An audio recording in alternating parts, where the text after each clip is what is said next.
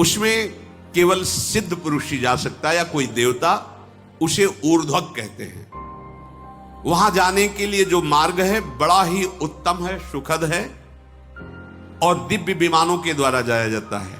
भौतिक विमानों का प्रवेश नहीं है। जिन्होंने घोर तपस्या नहीं की, बड़ी बड़ी यज्ञ नहीं की, उनका कभी वहां प्रवेश नहीं होता। असत्यवादी, नास्तिक, व्यभिचारी ये कभी नहीं जा सकते।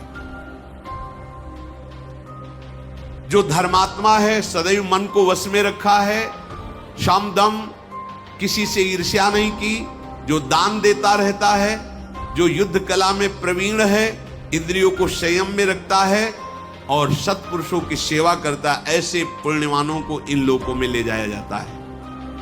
हे मुद्गल ऋषि, वहां 33,000 सुवर्ण में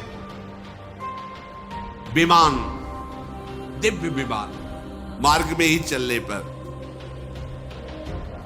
वहां से मेरुगिरी का शिखर दिखाई देता है। इतना बड़ा मेरुगिरी है, शिखर दिखाई देता है। ऐसे देवताओं के नंदन वन है कि उन्माद चढ़ जाए सुख का।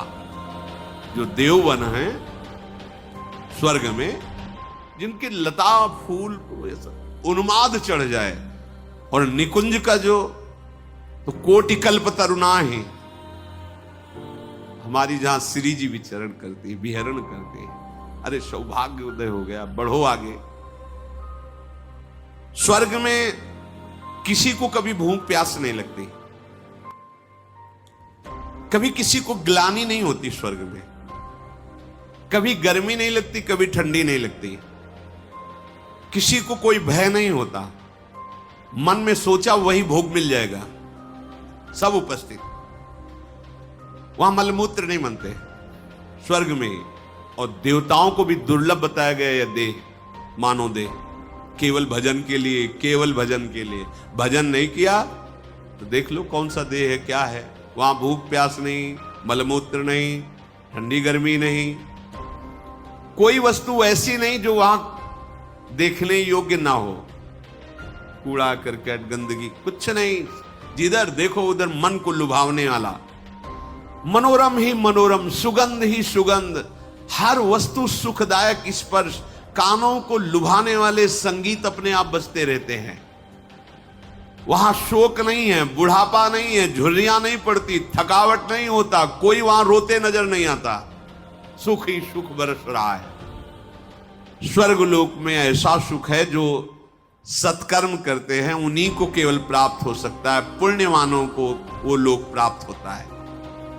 स्वर्गवासियों के शरीर तेज की प्रधानता से, जैसे अपने पंचभूतों से बना है तो उनका पंचभूतों से, उसमें तेज की प्रधानता होती, तभी वो अंतर ध्यान हो जाना, प्रकट हो जाना। जैसे योगी जन ऐसा कर सकते हैं, जो योग के द्वारा शरीर भाव से ऊपर उठ चुके हैं, वो एक ही समय में कई जगह दिखाई दे सकते हैं, वो बड़ी दूर की बात सुन सकते हैं, वो पहाड़ में भी प्रवेश कर सकते हैं, बड़ी अद्भुत, क्योंकि वो तेजस तत्व प्रकाशित हो जाता है।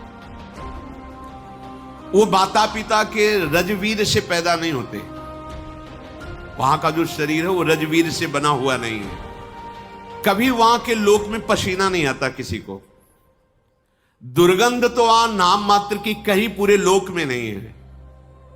कहीं कोई मलमूत्र ही त्याग नहीं करता क्योंकि बनता ही नहीं है। वहां कोई कपड़ा कभी मैला नहीं होता है।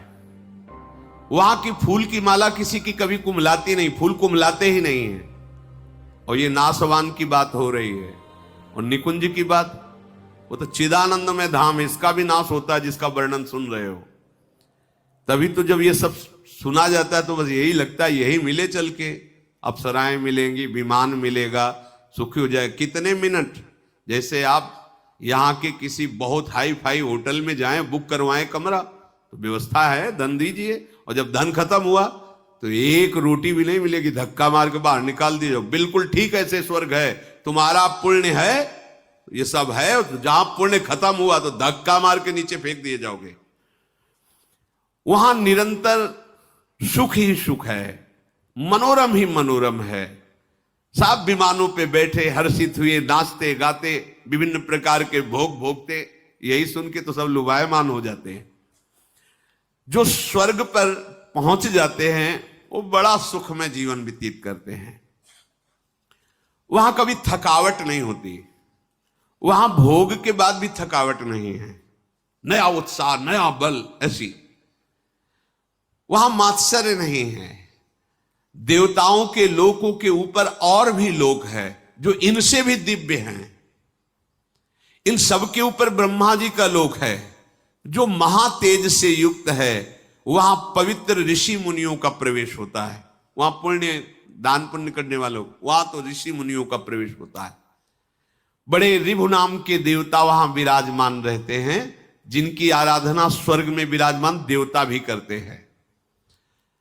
वो देवताओं को जैसे जीवन आहुतियों से चलता है, ऐसे उनका नहीं चलता। वो केवल अमृत पान करके, वहां कोई स्वाहा की जरूरत, वो अमृत से युक्त रहते हैं। ब्रह्मलोक में जो रहते हैं उनके सुख की लालसा देवलोक के भी करते हैं। ऐसा सुख ब्रह्मलोक में है।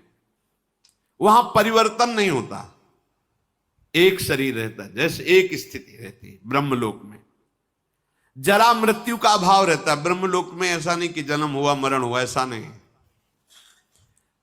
वहां हर्ष शोक नहीं रहता, वहां सुख ही सुख रहता है, कोई विकार नहीं रहता ब्रह्मलोक में।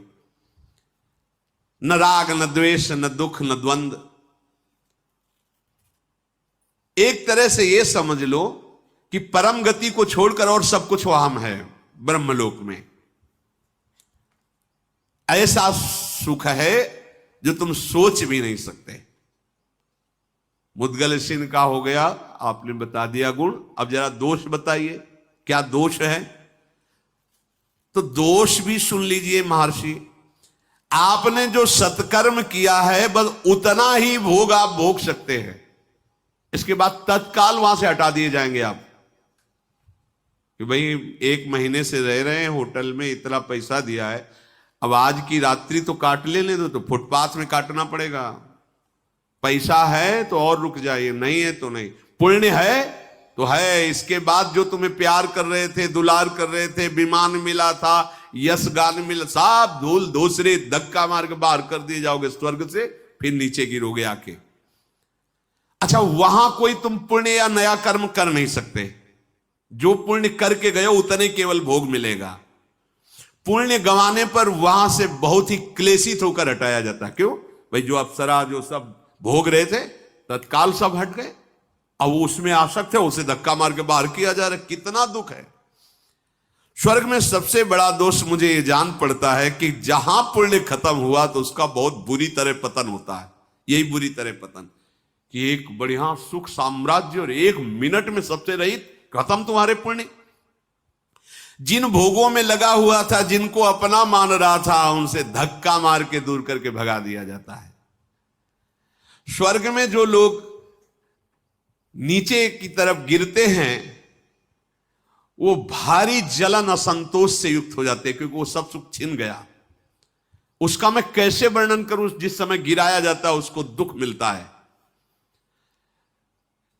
गिरते समय इतना भयानक दुख होता है, उसकी चेतना लुप्त हो जाती है, रजोगुण का आक्रमण होता है, बुद्धि बिगड़ जाती है, और उसके गले में पड़ी हुई जो माला पुष्प की है वो कुम्हला जाती है, टूट जाती है। वहां जिसकी माला कुम्हलाने लगे, धक्का देने का अवसर आ गया, समझ लिया जाए इसके सुकृत खत्म। वहां की पहचान है, उसके पास पुष्प जो विराजमान पुष्प मालाएं कुम्हलाने लगी, बस होश खराब हो गया, भगाए जाएंगे, अब यहां से हटाए जाएंगे, सब हटेगा। पतन की सूचना, माला कुम्हला जाना। अब उसके हृदय में भारी दुख, भारी भय समा जाता है, ये सब छूट जाएगा। जितने भी ब्रह्मलोक पर्यंत लोक हैं उन सब में दोष देखे जाते हैं। स्वर्गलोक में तो रहने वालों के शास्त्रों दोष हो सकते हैं, अगर वर्णन करें तो। वो कह रहे हैं अब तुमसे बगल में बड़ा विमान वाला जा रहा है, बड़ी सुंदर अप्सरा है, बड़ा भोग है, अपने में संतुष्ट नहीं, वो जल रहा है कि यार इसके तो बहुत है, और थोड़ी ही दिनों में पुण्य खत्म हुआ तो वो भी जाता, वो भी छीन लिया गया। त्रिशंकु उल्टा लटके आज भी। वहां से भ्रष्ट हुए जीवों में जो दुख देखा जाता है, जो पतन के समय, फिर वो मनुष्य योनि में आता है। स्वर्ग से आया हुआ नरक से गया हुआ तिर्यक योनियों में। मनुष्य लोक में जब मानव शरीर मिलता है, वो चाहे तो अपनी बड़ी उन्नति कर सकता है। क्या?